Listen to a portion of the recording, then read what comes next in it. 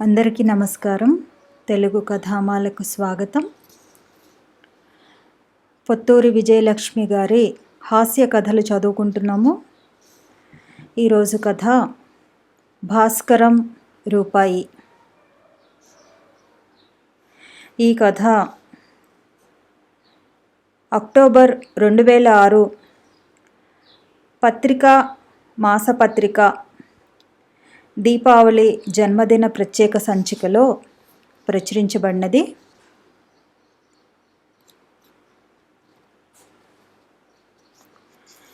ఇంట్లోకి రాగానే అలవాటు ప్రకారం ఫోన్లు ఏమైనా వచ్చాయా అని అడిగాను. రూపాయి బామ్మగారు ఫోన్ చేశారు. వాళ్ళ మనవరాలికి డెలివరీ అయిందిట, అమ్మాయి పుట్టిందిట అని చెప్పింది నా కోడలు. అలాగా, ఇంకేం చెప్పింది అత్తయ్య అని అడిగాను. ఇంకేం చెప్పలా, రాగానే మిమ్మల్ని ఫోన్ చేయమన్నారు. మీ అత్తగారు తలతిక్క మనిషి, సెల్ ఫోన్ కొనుక్కోవే అంటే వినదు. ఊరందరిది ఓదారి, ఉలిపి కట్టెది ఓదారి అన్నట్లుంటుంది దీని వ్యవహారం అన్నారు అని చెప్పింది కోడలు. నీకేం లేదా పోదా, ఓ సెల్ ఫోన్ కొనుక్కోరాదా అని శ్రేయోభిలాషులందరూ చెప్తారు. కానీ నాకు ఆ సెల్ ఫోన్ అంటే తలనొప్పి. అదుంటే ఎక్కడో ఉన్న వాళ్ళతో తప్ప ఎదురుగా ఉన్న వాళ్ళతో మాట్లాడే అవకాశం ఉండదు. మా వాళ్ళంతా వస్తారు. వచ్చిన దగ్గర నుంచి ఆ సెల్ ఫోన్లో మాట్లాడుతూ సైగలతోనే కాలక్షేపాలు.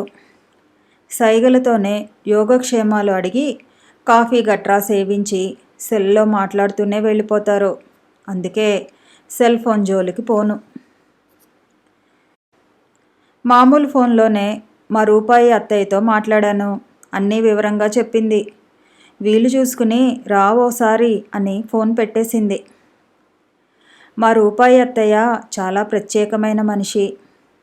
నేను ఫస్ట్ ఫారంలో ఉండగా మా అత్తయ్య పెళ్ళి అయింది. మా ఇంట్లో జరిగే మామూలు పెళ్ళిళ్ళకు భిన్నంగా జరిగింది ఆ పెళ్ళి. పెద్ద గాలి దుమారం లేపింది. బెనారస్ హిందూ విశ్వవిద్యాలయంలో పై చదువులకు వెళ్ళిన మా భాస్కరం మావయ్య అక్కడే తనతో చదువుకుంటున్న ఓ అమ్మాయిని పెళ్లి చేసుకున్నాడు. ఆ అమ్మాయి వాళ్ళు మన తెలుగు వాళ్ళు కాదు, ఉత్తరప్రదేశ్ వాళ్ళట. పెళ్ళయ్యాక ఎవరో ఆకాశరామన్న ఉత్తరం రాస్తే తెలిసింది మా తాతగారు వాళ్ళకి. భాస్కరం మావయ్య వాళ్ళ నాన్నగారు మా తాతగారికి బావమరిది వరుస. ఎదురు బొదురు ఇల్లు. అంతా ఒకే కుటుంబంలా ఉండేవాళ్ళు అందరూ. ఆ విషయం తెలియగానే మొహం తిరిగి పడిపోయారట వాళ్ళింట్లో ఆడవాళ్ళు.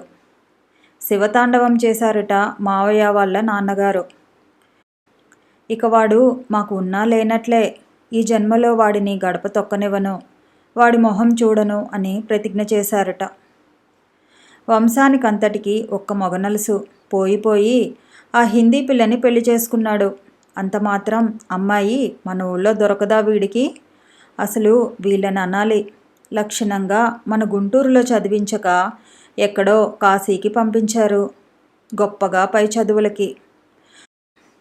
అక్కడ అడ్డుకునేవాళ్ళు మందలించేవాళ్ళు లేకపోయేసరికి తప్పుదారి పట్టాడు అనుకున్నారు బంధువులందరూ.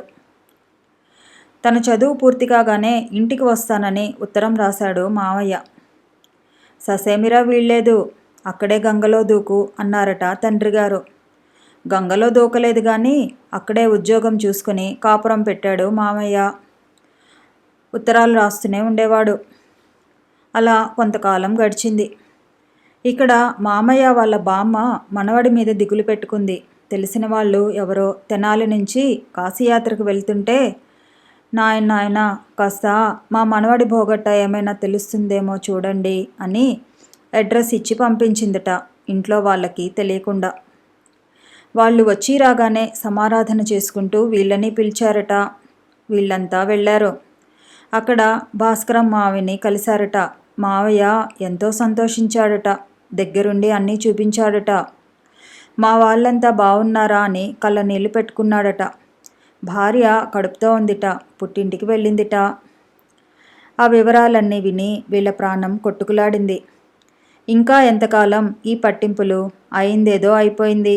వంశోద్ధారకుడు పుట్టబోతున్నాడు. ఇకనైనా వాడిని క్షమించి ఇంటికి పిలవండి అని సలహా ఇచ్చారుట ఆ తెనాలి వాళ్ళు. తల్లి బామ్మ భాస్కరం మావిని పిలుద్దామంటే తండ్రి మాత్రం నేను పిలవను, వాడొస్తే వద్దనను అన్నాడుట బింకంగా. అలా కొంతకాలం గడిచింది. భాస్కరం మావికి కొడుకు పుట్టాడనే శుభవార్త వచ్చింది. వీళ్ళ సంబరం అంతా ఇంతా కాదు. తండ్రికి ఈ శుభవార్త తెలియజేస్తూ మీరు సరేనంటే మీ మనవడిని తీసుకుని మన ఇంటికి వస్తాను అని రాశాడుట మావయ్య. వెంటనే సిద్ధాంతి గారి దగ్గరకు వెళ్ళి మంచి రోజు చూసి ఫలానా రోజు బాగుంది, కోడల్ని మనవణ్ణి తీసుకురావలసింది అని సమాధానం రాశాడుట పెద్ద ఆయన. ఇక చెప్పేదేముంది, ఇల్లంతా ఒకటే సందడి. అనుకున్న వేళకి వచ్చాడు మామయ్య భార్యా బిడ్డలతో. ఊళ్ళో మా వాళ్ళందరూ వచ్చారు. అందరం అక్కడే ఉన్నాం. 24 గంటలు వాళ్ళ కబుర్లే. పిల్ల చూసావా ఎంత బాగుందో, దంతం బొమ్మలా ఉంది. ఆ చక్కదనం చూసే మనవాడు సరదా పడ్డాడు. పసివాడు పనస పండులా ఉన్నాడు అని మురిసిపోయారు. ఉత్తరప్రదేశం వాళ్లే గాని వాళ్ళు మన బ్రాహ్మలేనట. వాళ్ళ ఇంట్లో ఉల్లిపాయ కూడా ముట్టరట.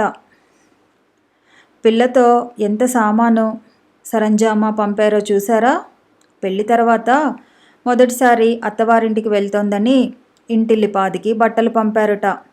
అత్తగారికి 2 ఆడపడుచులకి జరీపూల బెనారస్ చీరలు పంపారు. చూస్తేనే కళ్ళు చెదిరిపోతున్నాయి.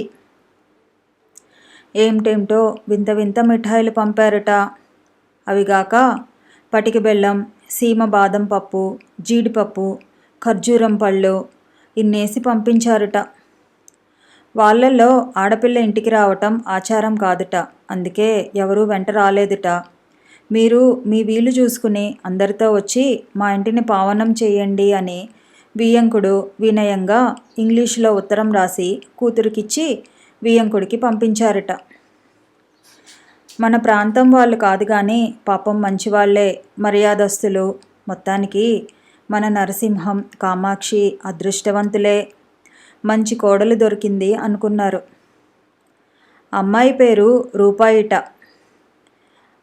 మన వైపు ధనలక్ష్మి, పవిడమ్మ, భాగ్యలక్ష్మి అని పేర్లు పెట్టడం లేదు. అటువైపు ఉత్తరప్రదేశం కాబట్టి రూపాయి, అర్ధ రూపాయి, పావలా అని పేర్లు పెట్టుకుంటారు కామోసు అనుకున్నారు. అమ్మాయి రూపాయి అని పలకరించారు. ఎటొచ్చి భాషే రాకపోయే, చిలకలా నవ్వటమే తప్ప ఒక్క ముక్క మాట్లాడే అవకాశం లేదు రూపాయికి. మా పిల్లల గుంపుని పిలిచి మీరు హిందీలో వెలగబెడుతున్నారుగా, ఆ రూపాయితో ఓ మాట మాట్లాడలేరు అని మమ్మల్ని అడిగారు. ఏదో హిందీ టీచర్ భయానికి హిందీలో పాస్ మార్కులు రాకపోతే పరీక్షలు తప్పిస్తారని బెదురుతూనూ హిందీ నేర్చుకుంటున్నాం కానీ మాకేం వచ్చు, పానీ, అచ్చా అని 2 మాటలే వచ్చు. అవే ఎంతసేపు మాట్లాడతాం.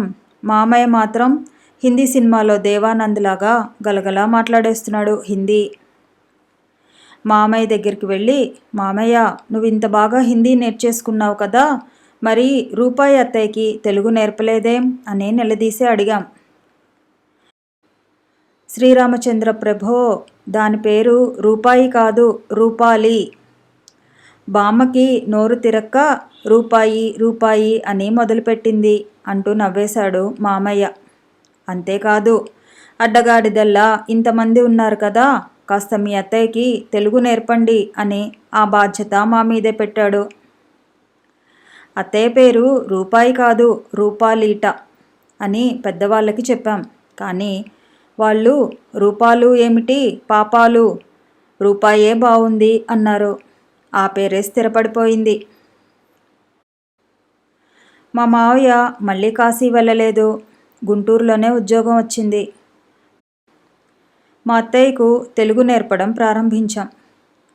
మొదట్లో మీ తాతయ్య అన్నం తింటున్నాడు, కుక్కగారు లోపలికి వచ్చేస్తున్నారు అని అస్తవ్యస్తంగా మాట్లాడినా త్వరగానే నేర్చేసుకుంది. ఏడాది తిరిగేసరికి ఇట్లా నాగాలు పెడితే మానిపించేస్తాను జాగ్రత్త అని పని మనిషిని మందలించే స్థితికి చేరుకుంది. రోజు శేష్ మహల్లో 2వ ఆట సినిమాలు చూసేస్తూ భాషా జ్ఞానం వృద్ధి చేసుకుంది. మామగారు దేవతార్చనలో ఉంటే, మామయ్య గారు మీకోసం జొన్నాభట్ల విఘ్నేశ్వరరావు గారట వచ్చారు, ఉండమంటారా మళ్ళీ రమ్మంటారా అంటూ మాట్లాడేస్తుంటే ఆ మామగారి మురిపం చూడాల్సిందే.